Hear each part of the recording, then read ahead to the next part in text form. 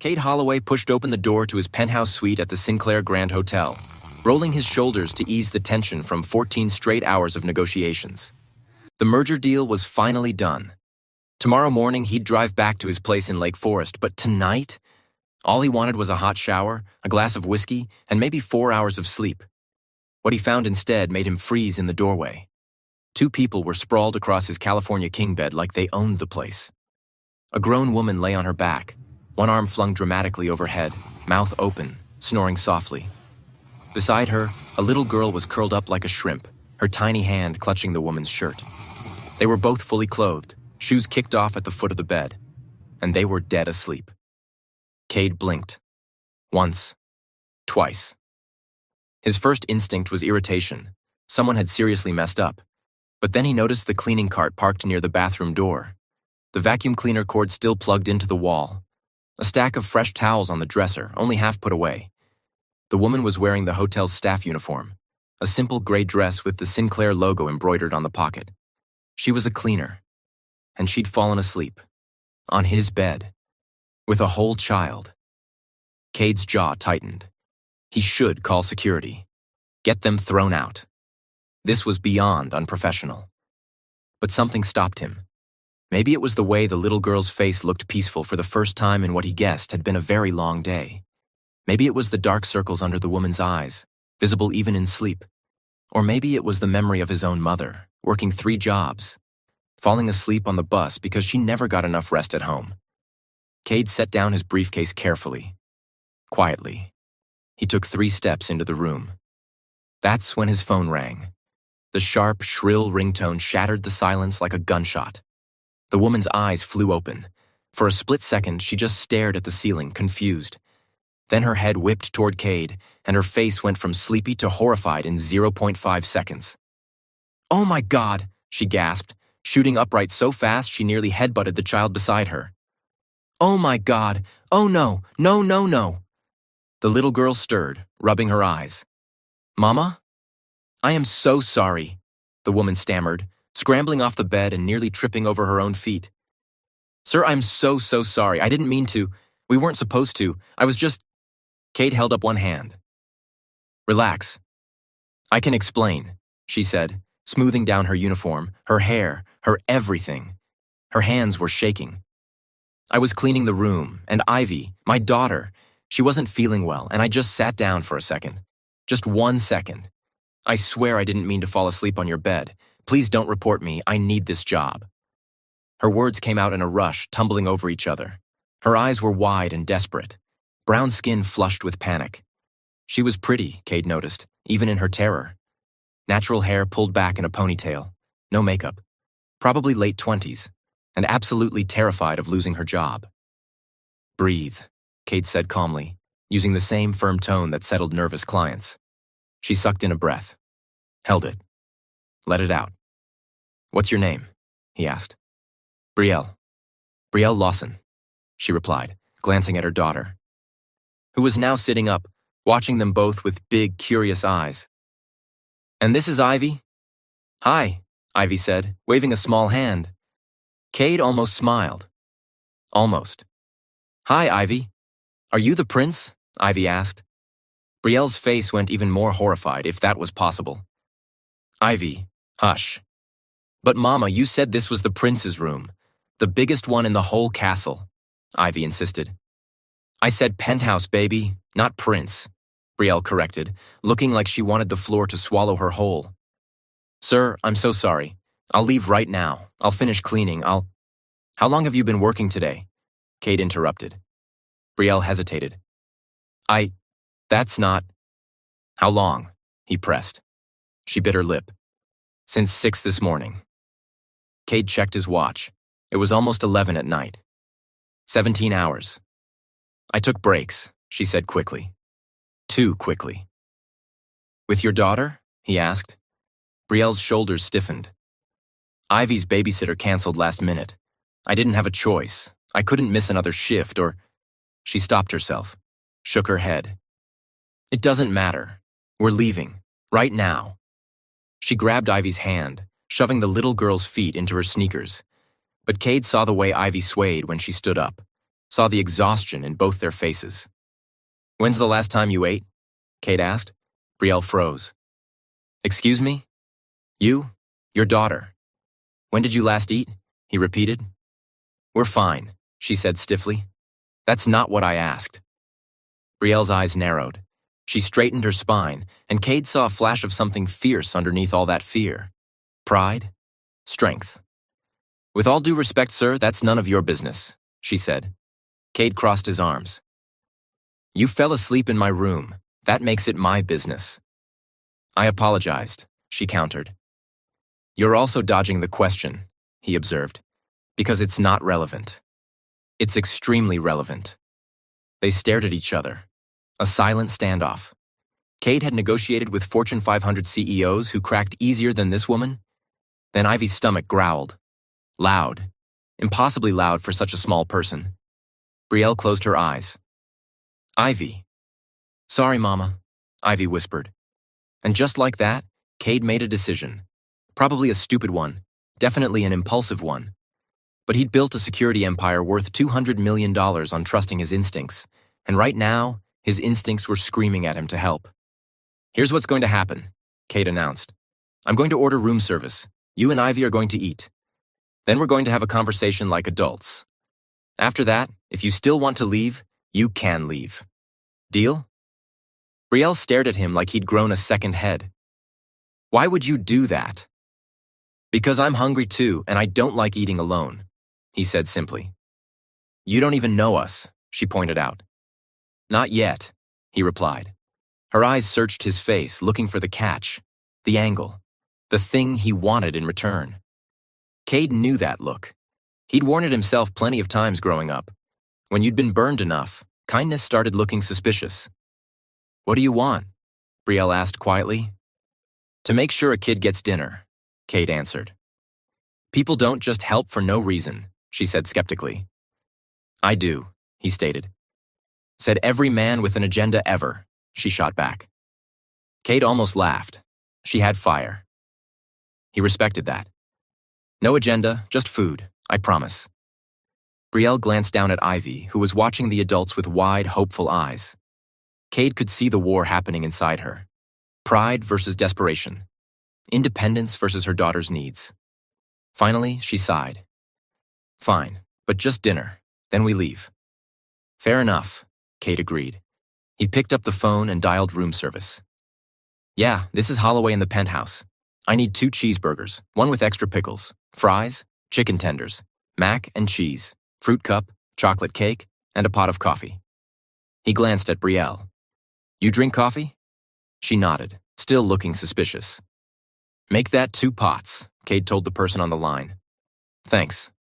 He hung up. Brielle was still standing by the bed, holding Ivy's hand like she was ready to bolt at any second. "Sit," Cade said, gesturing to the sitting area by the window. "A plush couch, 2 armchairs, coffee table. Food'll be here in 20 minutes." Brielle didn't move. "I don't bite," Cade added. "Mama, my feet hurt," Ivy said softly. That did it. Brielle's face softened, and she led Ivy to the couch. They sat down together, Ivy curling into her mother's side. Cade took one of the armchairs. For a moment, nobody spoke. Then Ivy piped up. "You're really tall." Cade looked at the little girl. She was tiny, maybe 5 or 6 years old. Big brown eyes, 2 puffs on either side of her head. "You're really short," he replied. Ivy giggled. Brielle's lips twitched, despite herself. "How old are you?" Cade asked. 5 3/4, Ivy said seriously. "How old are you?" 34, he answered. "That's old," she declared. "Ivy," Brielle warned, but Cade did smile this time. "Yeah, ancient." "Do you live in this castle?" Ivy asked. "No, I live about an hour north of here. Just staying tonight for work," Cade explained. "What kind of work?" Ivy questioned. "I run a security company. We keep people safe," he told her. "Like a superhero?" she asked, her eyes lighting up. "Sort of, but with less flying and more paperwork," Cade said. Ivy seemed to consider this. "That's okay. Paperwork is important too. Mama does lots of paperwork." Cade glanced at Brielle. "Yeah? I used to be a nurse. Brielle said quietly. Then, before he could ask more, she added, "That was a long time ago." There was a story there, a painful one, judging by the way her jaw tightened. But before Cade could probe further, there was a knock at the door. "Room service," a voice called. Cade got up and opened the door. A young server wheeled in a cart loaded with covered dishes. The smell of hot food filled the room, and Cade heard Ivy's stomach growl again. "Set it on the table," Cade instructed. The server arranged everything quickly, professionally. Cade slipped him a $100 bill. "Thanks, that'll be all." The server's eyes went wide. "Thank you, sir. Enjoy your meal." When the door closed, Cade turned back to find Ivy staring at the food like it was Christmas morning.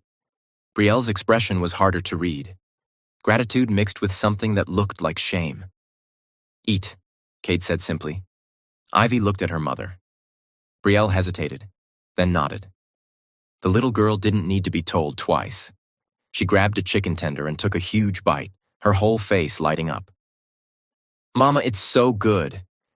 Brielle picked up a burger, but she ate slowly, carefully, like she was rationing it, like she wasn't sure when the next meal would come. That simple action told Cade everything he needed to know. They weren't just tired, they were struggling. Cade poured himself coffee and leaned back in his chair, watching them eat. He waited until Ivy had finished her chicken tenders and moved on to mac and cheese before he spoke. "So, why is a trained nurse cleaning hotel rooms?" he asked. Brielle stiffened. "Like I said, long story." "I've got time," Cade offered. "I don't owe you my life story just because you bought me a burger," she retorted. "True, but I'm curious," he admitted. "Curiosity killed the cat," she quipped. "Good thing I'm not a cat," he countered. Brielle set down her burger and looked him dead in the eye. "Why do you care?" "Because you fell asleep on my bed with your kid after 17 hours of work. That's not normal," Cade pointed out. "Lots of people work long hours," she argued. "Not with a 5-year-old in tow," he said. Brielle's hands clenched in her lap. "I'm doing the best I can." "I'm not judging you," Cade assured her. "Sounds like you are," she challenged. "I'm trying to understand," he clarified. "Why?" She leaned forward, and there was that fire again. "You don't know me. You don't know what I've been through. You see someone struggling and you think throwing money at the problem fixes everything? It doesn't. So thank you for dinner, but we don't need your charity." "Didn't say you did," Cade replied calmly. "Then what do you want?" she demanded. Cade met her gaze evenly. "To help." "Why?" she pressed. "Because someone helped me once, when I needed it. And I don't forget that," he said honestly. Something flickered across Brielle's face. Surprise, maybe, or recognition. Like she understood that feeling. But before she could respond, Ivy yawned. A big, jaw-cracking yawn that made her eyes water. Brielle's expression immediately softened. "Baby, you tired?" Ivy nodded, leaning heavily against her mother's arm. Brielle checked her watch and cursed under her breath. "It's almost midnight. I have to be back here at 6. "Where are you staying?" Cade asked carefully. Brielle hesitated. "Too long." "Brielle, where are you staying?" he asked again. She lifted her chin. "That's none of your business." "You're not staying anywhere, are you?" he guessed. Silence. "How long have you been homeless?" Cade asked gently. "We're not homeless," Brielle snapped, her voice sharp, defensive. "We're between places. There's a difference." "Where did you sleep last night?" he pressed. "We had a motel room," she answered. "And tonight?" he continued. Brielle didn't answer. She just gathered Ivy closer, like she could shield her daughter from the reality of their situation with her own body. Cade's chest tightened. He knew this story. He'd lived a version of it. Different details, same desperation. "Stay here tonight," he said firmly. Brielle's head snapped up. "What?" "This suite, it's got 2 bedrooms. You and Ivy take one. I'll take the other. You leave in the morning for your shift," Cade explained. "Absolutely not," Brielle refused. "Why?" he asked. "Because I don't know you," she stated. "You know I can afford to feed you," he pointed out. "That's not funny," she said flatly. "Wasn't a joke," he replied. Brielle stood up, pulling Ivy with her. "Thank you for dinner. We're leaving." It's midnight. Where are you going to go? Kate asked, standing as well. We'll figure it out. We always do, she insisted. Brielle, he started. No, she cut him off, her voice hard. Final. I appreciate what you did tonight. I really do. But I'm not stupid. Men don't just offer to let random women and their kids stay in luxury hotel suites out of the goodness of their hearts. There's always a price. So thanks, but no thanks.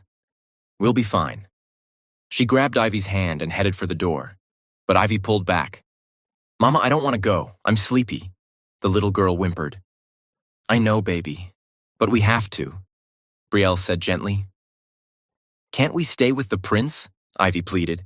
He's not a prince, Ivy, and no, we can't, Brielle answered firmly. Ivy's face crumpled. But I'm so tired, Mama, please. Just for tonight? It will be cold outside. Brielle looked torn. Absolutely torn. Cade could see her crumbling inside, trying to hold it together for her daughter. Cade saw his chance and stepped forward. One night, separate bedrooms, lock on your door. You leave first thing in the morning, but your daughter needs sleep, real sleep, in a real bed. And what do you get out of this? Brielle asked, her voice shaking. Peace of mind, Cade answered simply. That's it? She questioned skeptically. That's it, he confirmed. She searched his face again, looking for the lie, the angle. But Cade had spent years training himself to project calm, control, trustworthiness. It was part of the job. Right now, he meant every word. Finally, Brielle nodded. One night, separate rooms, locked doors, then we're gone. Deal, Cade agreed. He led them to the second bedroom in the suite. It was smaller than the master, but still luxurious. Queen bed, private bathroom, thick curtains.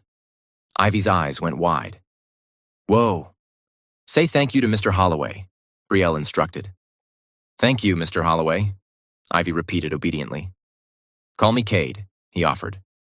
Thank you, Mr. Cade, she said. Close enough. Bathroom's through there, Cade said, pointing. Extra towels in the cabinet. I'll be in the other room if you need anything. Brielle nodded stiffly. We won't. Right.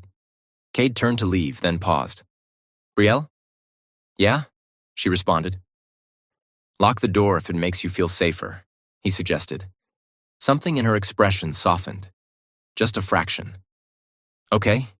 Cade closed the door behind him and headed to the master bedroom. He showered, changed into sleep pants and a t-shirt, poured that whiskey he'd been craving. But sleep didn't come. He sat by the window, staring out at the Chicago skyline, thinking about the woman and child in the next room.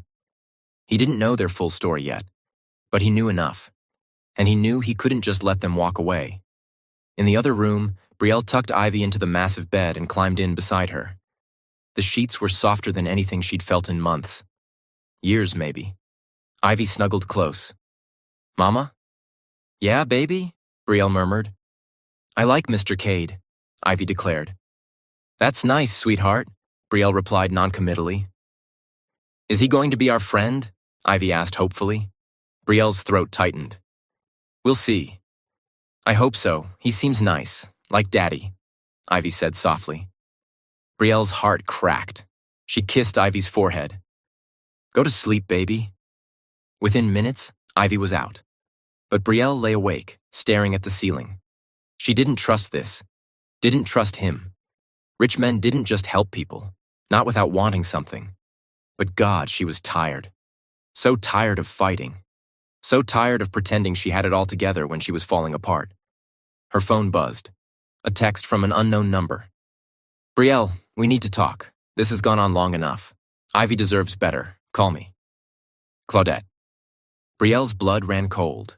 Her mother-in-law, the woman who'd been threatening to take Ivy away for months, who had money, lawyers, and a vendetta. Brielle deleted the text with shaking hands. She couldn't deal with this tonight, but she knew Claudette wouldn't give up. And if she found out Brielle was homeless, relying on the charity of strangers, she'd use it. She'd take Ivy, and Brielle would have no way to stop her. Tears slipped down Brielle's cheeks as she held her daughter close. Tomorrow, she'd leave. Get back to figuring things out on her own. But tonight she'd let herself rest. The next morning, Brielle woke to sunlight streaming through the windows. For a blessed moment, she forgot where she was. Then reality crashed back. The hotel. The stranger. The suite. She checked her phone. 5:47 a.m. She had 13 minutes to get Ivy up, get downstairs, and clock in for her shift. "Ivy, baby, wake up," Brielle whispered, gently shaking her daughter. Ivy groaned and burrowed deeper into the pillows. 5 more minutes. "We don't have 5 minutes. Come on, sweetie," Brielle urged. They got dressed quickly, same clothes as yesterday, wrinkled and slept in. Brielle tried to smooth her hair, gave up. She looked rough, but she'd looked worse. She cracked open the bedroom door. The suite was quiet. Maybe Cade was still asleep. Good. They could slip out without another awkward conversation. Brielle took Ivy's hand and tiptoed toward the main door. "Leaving without saying goodbye?" A voice called from behind them. Brielle jumped, spun around. Cade stood in the doorway to the master bedroom, arms crossed, fully dressed in dark jeans and a black Henley. Hair still damp from a shower, looking unfairly alert for 6 in the morning. We didn't want to wake you," Brielle stammered. "I've been up since 5. Military habit," Cade said, walking toward them. "Had coffee made, but you seem in a hurry." "I have to clock in," Brielle explained. "Right, your shift," he acknowledged. He crouched down to Ivy's level. "You sleep okay, kiddo?" Ivy nodded enthusiastically. The bed was so soft, like sleeping on a cloud. Cade smiled. "Good." He stood and looked at Brielle. "Can we talk? Just for a minute?" Brielle checked her phone again. 5:51. "I really need to go." "I'll make it quick," Cade promised. He glanced at Ivy. "Hey, Ivy, you like cartoons?" "Yeah," Ivy said excitedly. Cade picked up a remote, turned on the TV in the living area, found a cartoon channel. "Sit tight for 2 minutes. Your mom and I need to talk grown-up stuff, okay?" "Okay, Mr. Cade," Ivy agreed, already mesmerized by the bright colors on screen. Cade gestured for Brielle to follow him to the kitchen area, out of earshot but still where they could see Ivy.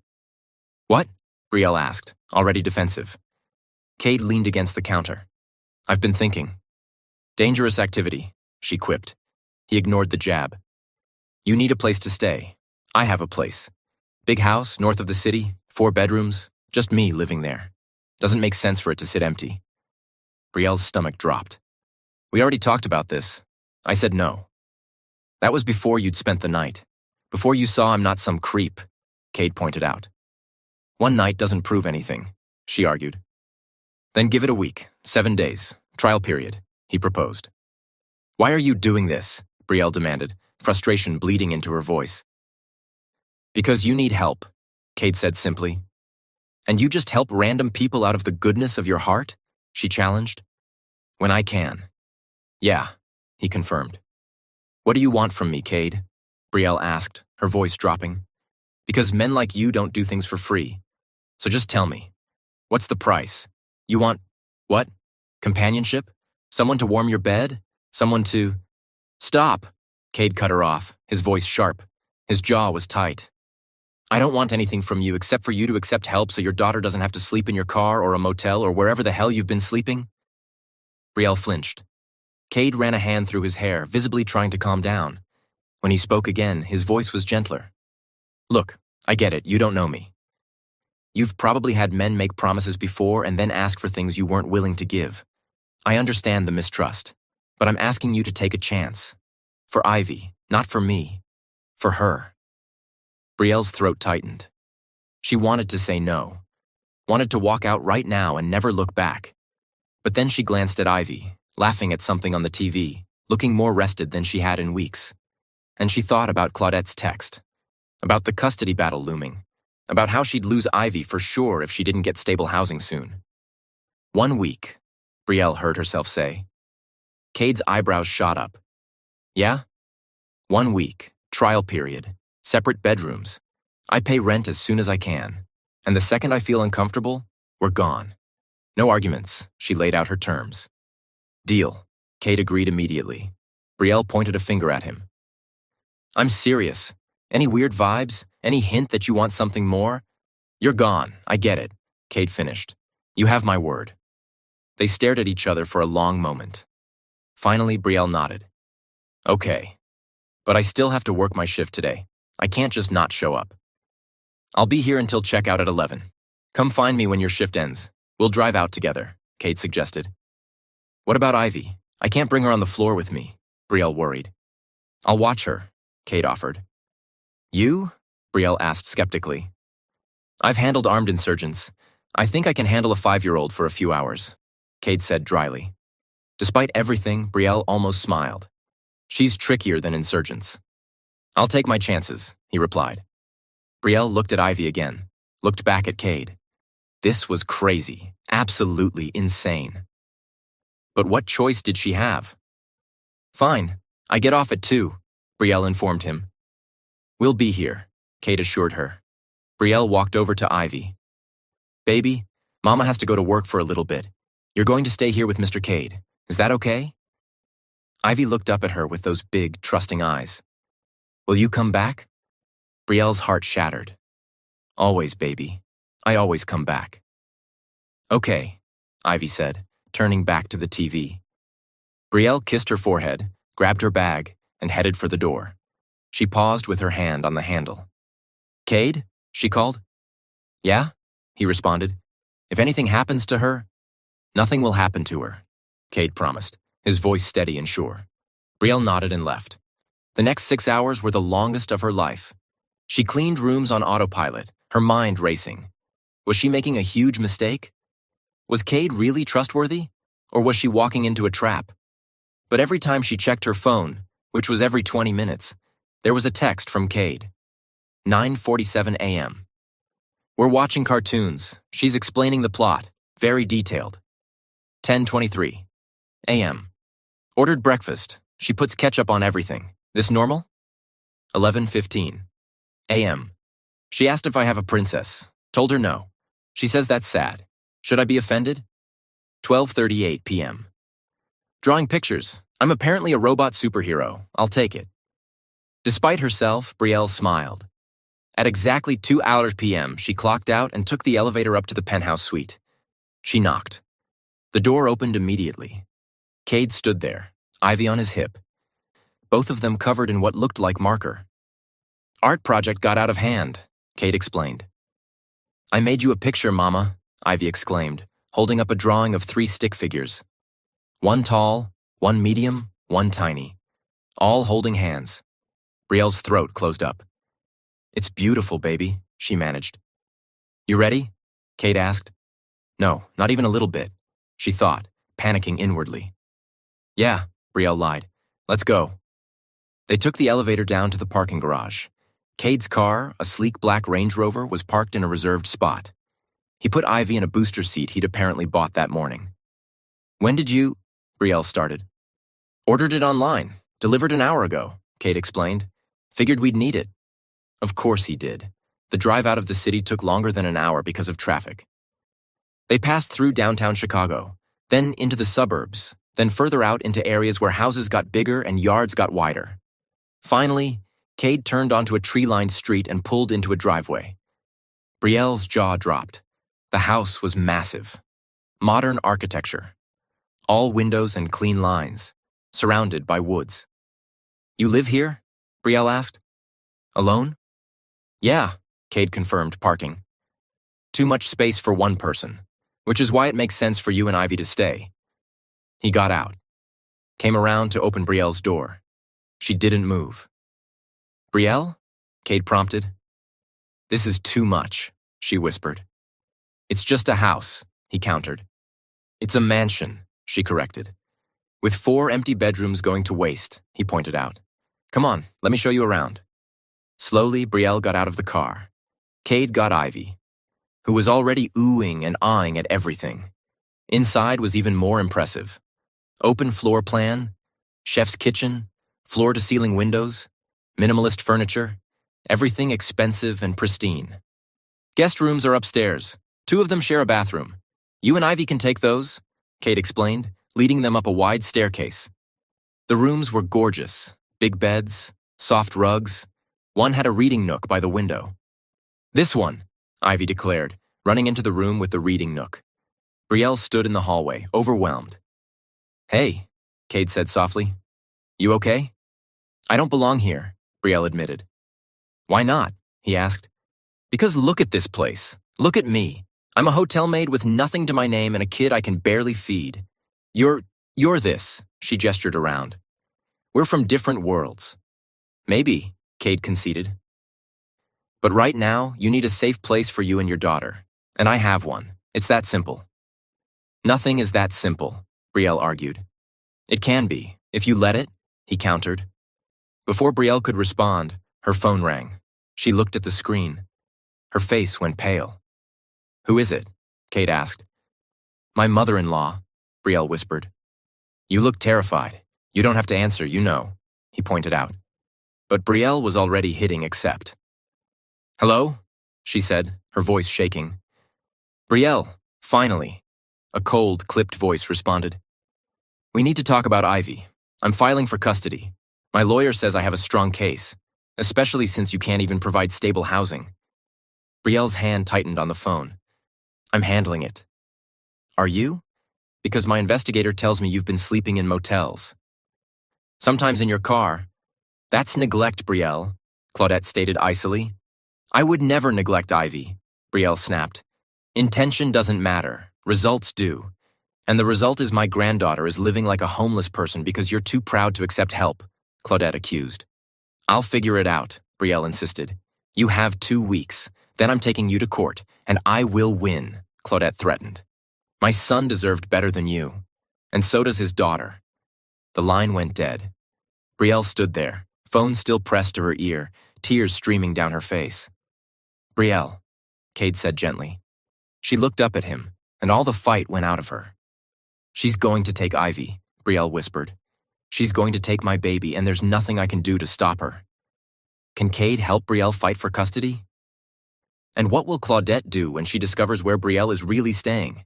If you're glued to your screen right now, smash that like button and drop a comment telling me whose side you're on.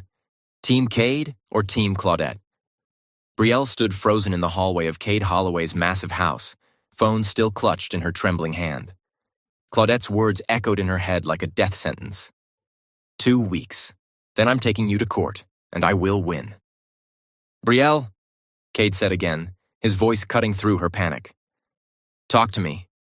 She looked at him, vision blurred with tears. She's filing for custody. My mother-in-law. She's taking me to court. When? Cade asked, his expression hardening. 2 weeks, Brielle whispered. She says she'll win. That I'm neglecting Ivy by not having stable housing. You're not neglecting anyone, Cade stated firmly. Tell that to a judge, Brielle shot back, her voice breaking. She has money, lawyers, a mansion. What do I have? Nothing. I can't even afford an apartment. From the bedroom, they heard Ivy singing softly to herself, completely unaware that her world was about to be torn apart. Brielle pressed her fist to her mouth, trying to hold back a sob. Cade stepped closer. Look at me. She shook her head.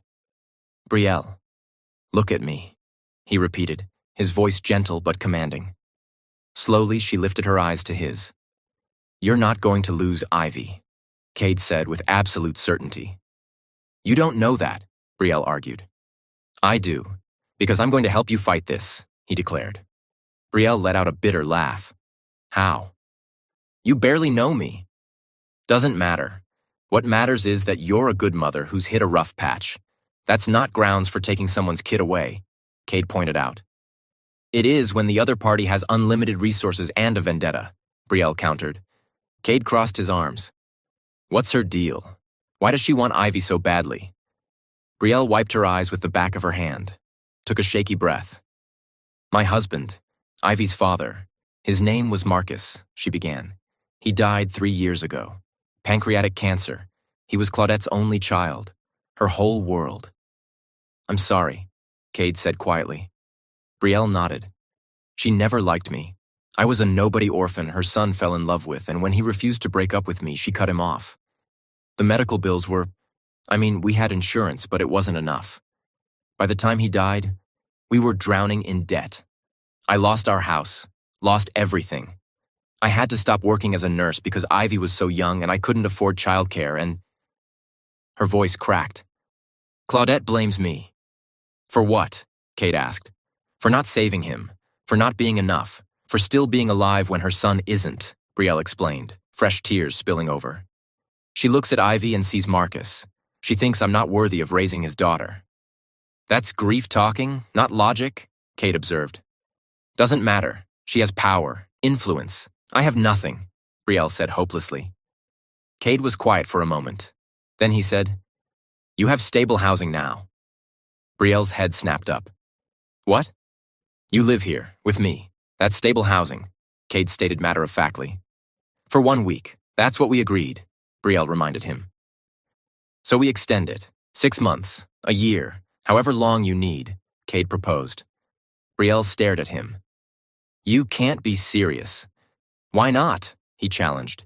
Because you don't owe me anything. We're strangers, she protested. We were strangers yesterday. Today you're someone who needs help.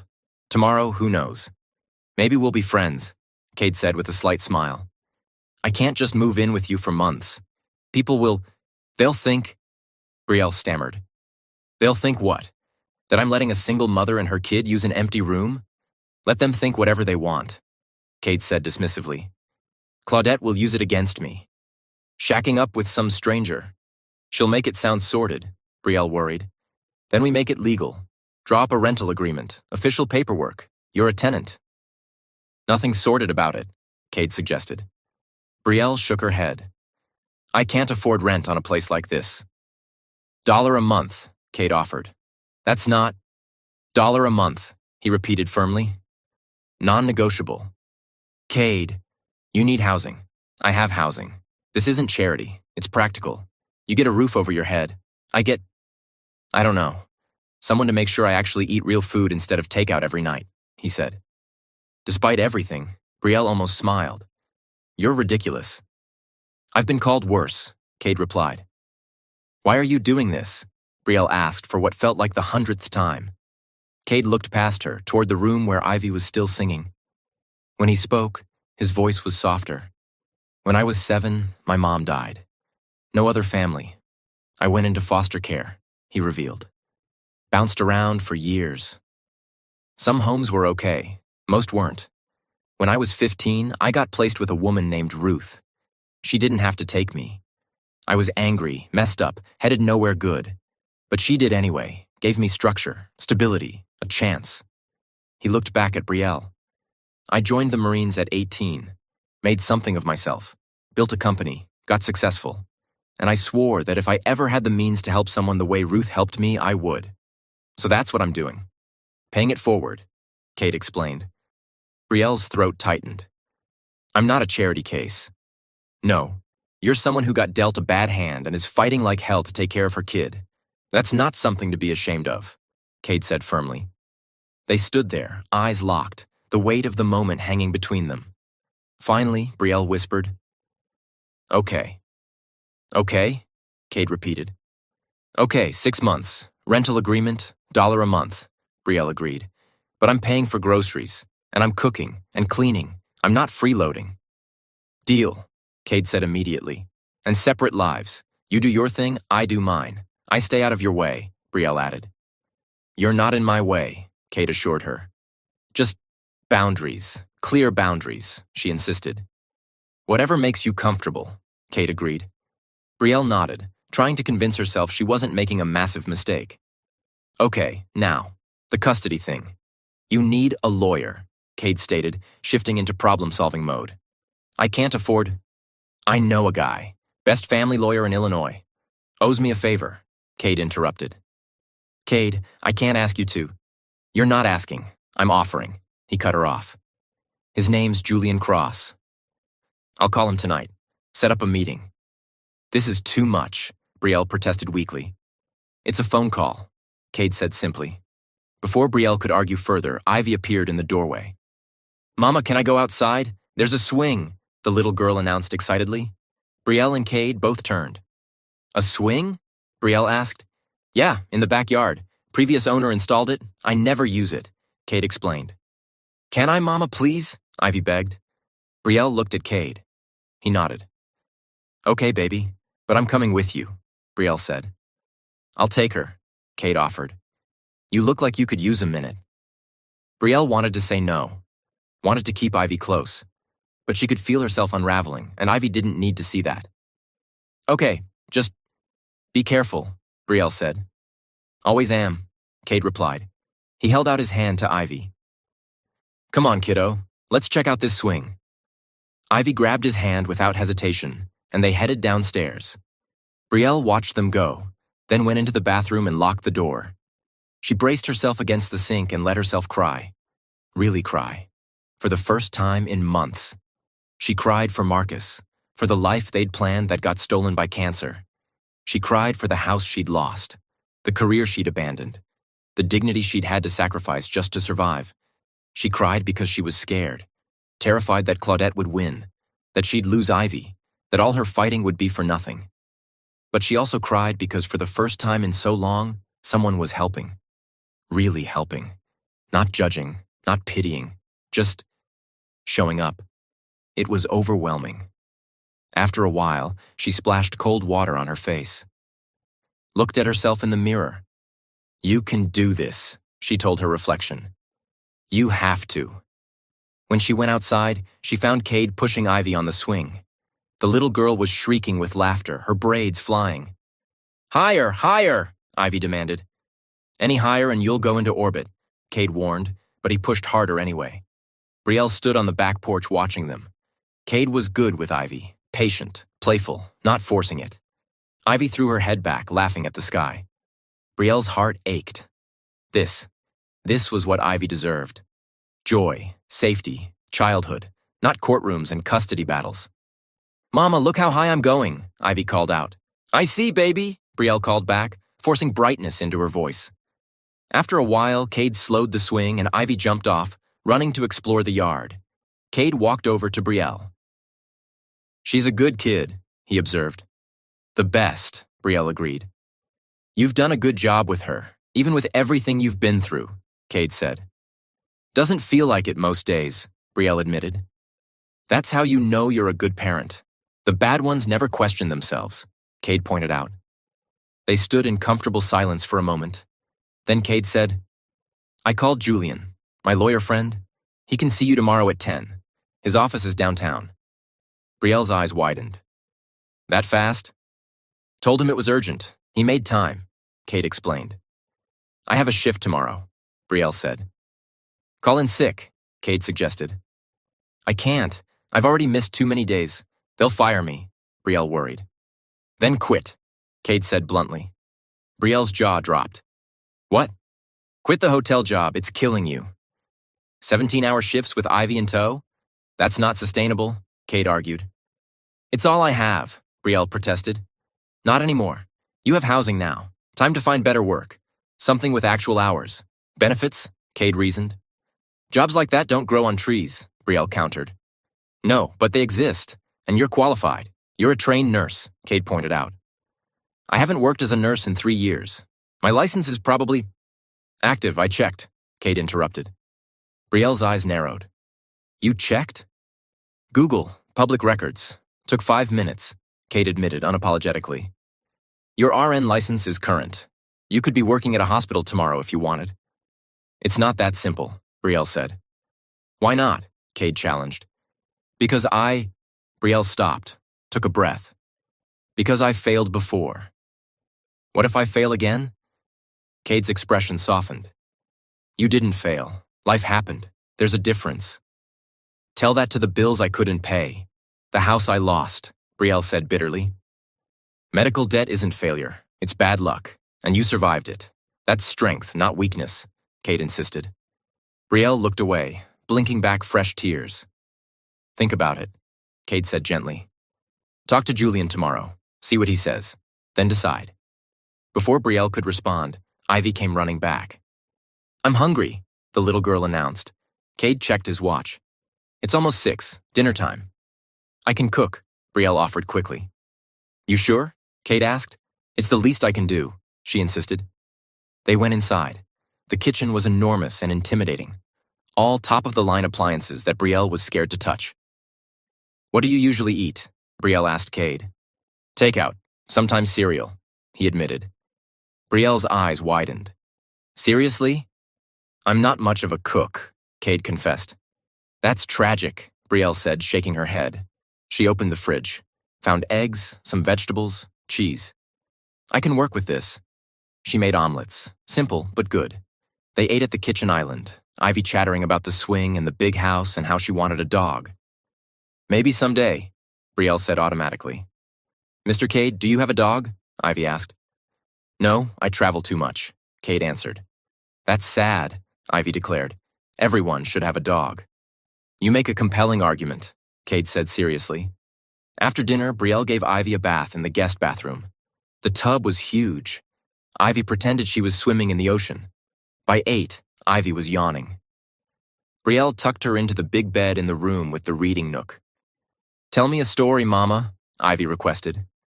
Once upon a time, there was a brave little girl, Brielle began. Was she a princess? Ivy interrupted. She was something better. A warrior, Brielle said. Ivy's eyes lit up. Like the superheroes? Exactly like that, Brielle confirmed. She made up a story about a warrior girl who fought dragons and saved kingdoms. By the end, Ivy was fast asleep. Brielle kissed her forehead and crept out of the room. Downstairs, she found Cade on the couch, laptop open, typing rapidly. She asleep? He asked without looking up. Yeah, Brielle confirmed. Good. He closed the laptop. Coffee? It's 8 at night, Brielle pointed out. And? Cade countered. Despite herself, Brielle smiled. Sure. Why not? He made coffee, actually good coffee, surprisingly, and they sat in the living room.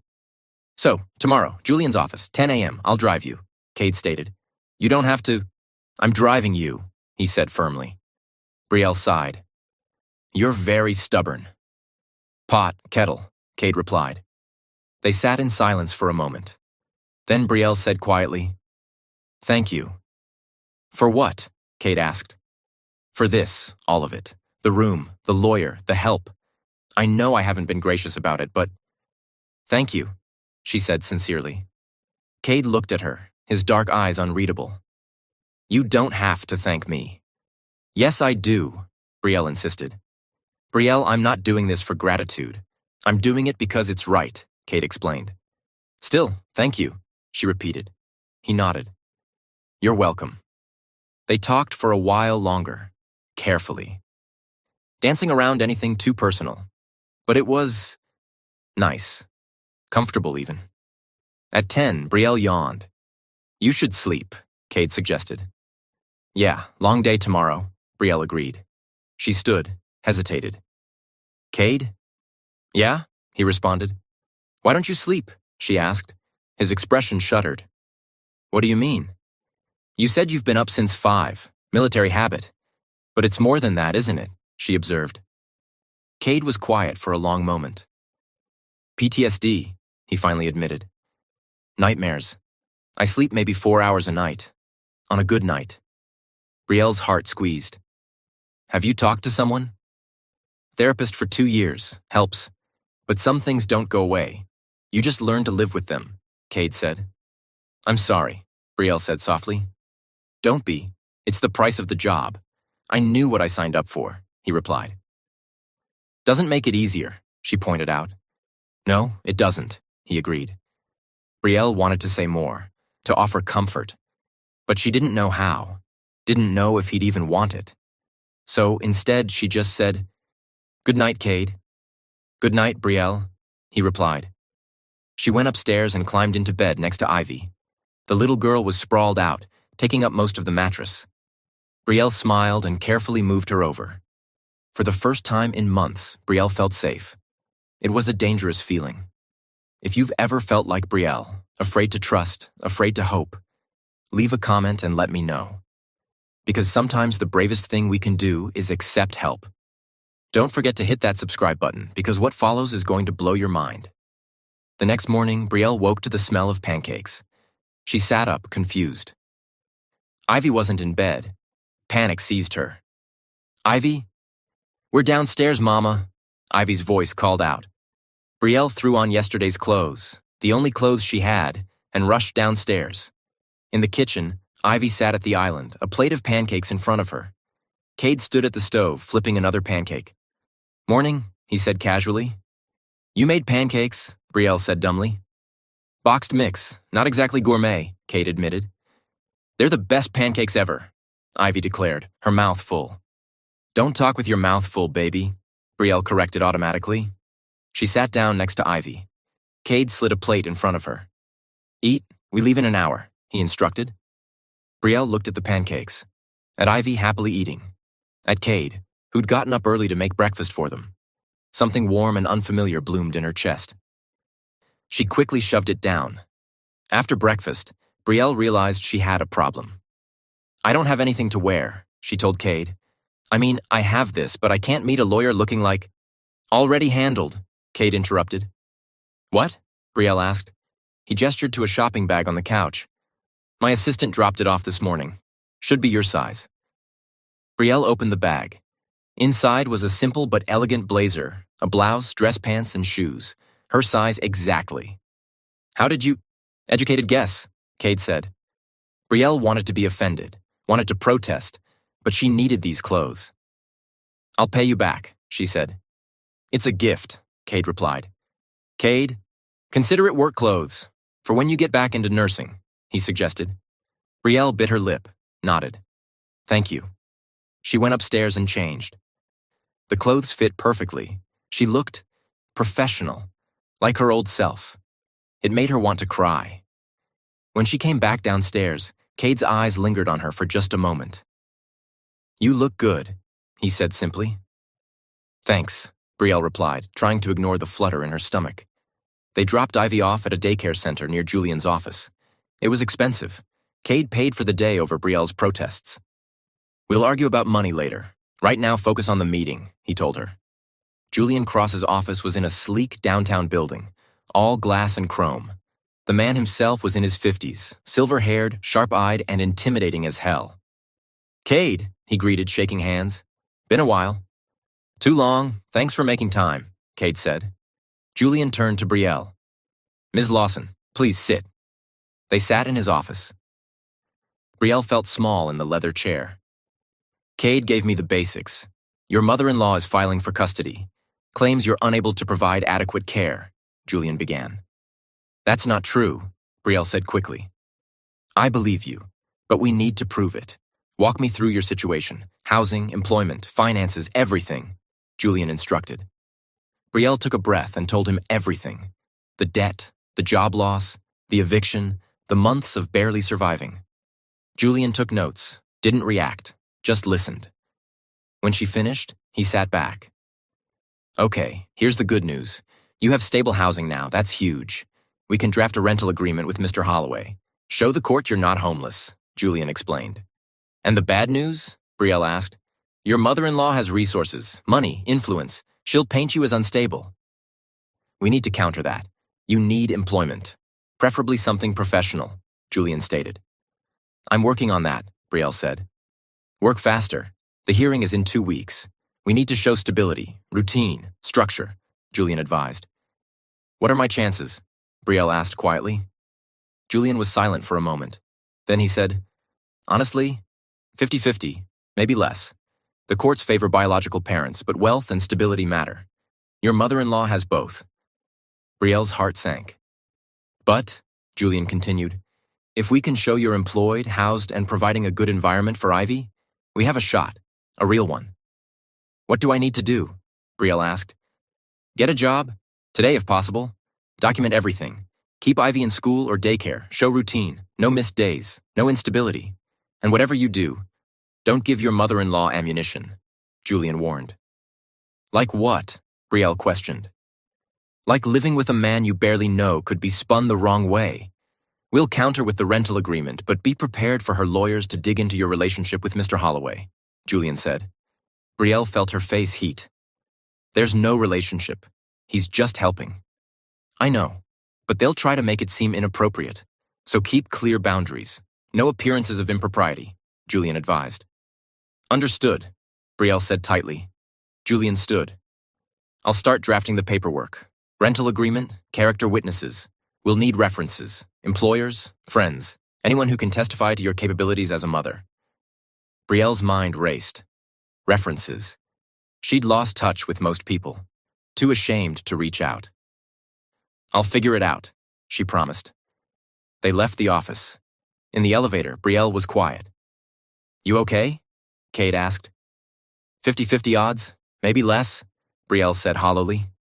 "That's better than zero," Cade pointed out. "Is it?" she challenged. The elevator doors opened. They walked to the car in silence. Once inside, Cade turned to her. "What do you need?" "A miracle," Brielle said bitterly. "Besides that," Cade pressed, "a job, references, a time machine to undo the last 3 years," Brielle listed. "Can't help with the time machine, but the job, I might have an idea," Cade said. Brielle looked at him. "What kind of idea?" "My company contracts with several hospitals for security. I know people. I can make calls," Cade offered. "I don't want you pulling strings for me," Brielle protested. "It's not pulling strings. It's networking." "How most people get jobs," Cade argued. "Cade, do you want to win this custody fight or not?" he asked bluntly. Brielle's jaw clenched. "That's not fair." "No, it's not, but it's reality. You need a job. I can help you get one. Swallow your pride and let me," Cade said firmly. They stared at each other. Finally, Brielle nodded. "Okay, make the calls." Cade pulled out his phone. By the time they picked Ivy up from daycare, Brielle had an interview scheduled for the next day at Northwestern Memorial Hospital, Pediatrics Department. "How did you do that?" Brielle asked, stunned. "I told you, I know people," Cade said simply. That night, after Ivy was asleep, Brielle practiced interview questions. Cade helped, playing the role of interviewer. "Why should we hire you?" he asked. "Because I'm a damn good nurse," Brielle answered. "Try again." "With less cursing?" Cade suggested. Brielle took a breath. "Because I'm dedicated, compassionate, and I understand what it's like to fight for your life. That makes me better with patients." "Better," Cade approved. They went through question after question. By midnight, Brielle was exhausted. "Get some sleep. Big day tomorrow," Cade said. They went through question after question.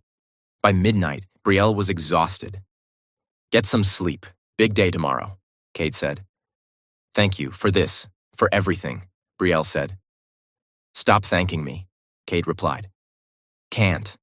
Southern upbringing," Brielle said with a tired smile. Cade smiled back. A real smile. It transformed his whole face. Brielle's breath caught. She quickly looked away. "Good night." "Good night, Brielle," Cade said. As she climbed the stairs, she could feel his eyes on her. And for the first time in years, she wondered what it would be like to let someone in. Really in. Then she shook her head. No, she couldn't afford distractions. Not now. Ivy was all that mattered. Everything else was just noise. The next day, Brielle nailed the interview. The nursing director, a no-nonsense woman named Carol, grilled her for an hour. But Brielle held her own. At the end, Carol said, "When can you start?" Brielle's eyes widened. "You're offering me the job?" "Pending background check and reference calls, but yes, we need good nurses. You're qualified. You're available. And Cade Holloway vouched for you, which carries weight around here," Carol explained. "How soon can I start?" Brielle asked. "Monday, 3 12-hour shifts a week, good benefits, decent pay," Carol outlined. "I'll take it," Brielle said immediately. Carol smiled. "Welcome aboard." When Brielle left the hospital, she found Cade waiting in the car. She climbed in, barely able to contain herself. "Well?" Cade prompted. "I got it," Brielle whispered. "Yeah?" Cade asked, his face breaking into a grin. "I got the job," Brielle repeated, louder this time. "I knew you would," Cade said. "I start Monday, 3 shifts a week. Benefits, real pay," Brielle said, still in disbelief. "That's huge. Julian will love this for the case," Cade pointed out. "I can't believe it. I have a real job again," Brielle said, tears streaming down her face. Happy tears this time. Cade reached over and squeezed her hand. "You earned this. You did this." Brielle looked at their joined hands, felt the warmth, the strength. "We did this," she corrected softly. Cade met her eyes. Something passed between them. Something electric and terrifying and impossible to name. Then his phone rang, shattering the moment. He pulled his hand back to answer. Holloway. His expression darkened as he listened. When? He asked sharply. Where? Okay, I'll handle it. Thanks for the heads up. He hung up. What's wrong? Brielle asked. That was my head of security. Someone's been asking questions about me. About you. About whether you're living at my house, Cade revealed. Brielle's blood ran cold. Claudette. Probably, Cade agreed. She's having me followed, Brielle realized. Looks like it, Cade confirmed. What do we do? Brielle asked. We don't do anything stupid. We stick to the plan, rental agreement, your new job. Everything above board, Cade instructed. But if she finds out, she already knows. That's why she's digging. She wants dirt. We don't give her any, Cade said firmly. Brielle's hands were shaking. This is bad. This is really bad. Hey, look at me, Cade commanded. She did. We're going to win this. You hear me? We're going to win, he promised. Brielle wanted to believe him. God, she wanted to. But she'd learned the hard way that wanting something didn't make it true. That night, after Ivy was asleep, Brielle stood at her bedroom window looking out at the dark woods. Her phone buzzed. A text from an unknown number. I know where you're staying. I know who he is. Did you really think shacking up with a rich man would help your case? You're more pathetic than I thought. See you in court. See. Brielle's hands clenched around the phone. Then, before she could second-guess herself, she typed back, Bring it on. She hit send. And for the first time since this nightmare started, she felt something other than fear. She felt angry. And anger she could work with. What's Claudette's next move? And can Brielle and Cade keep their boundaries when sparks are clearly flying? Comment, fight back Braille, and smash that like button if you want to see her win. Subscribe for part 2. The showdown is coming and you do not want to miss it.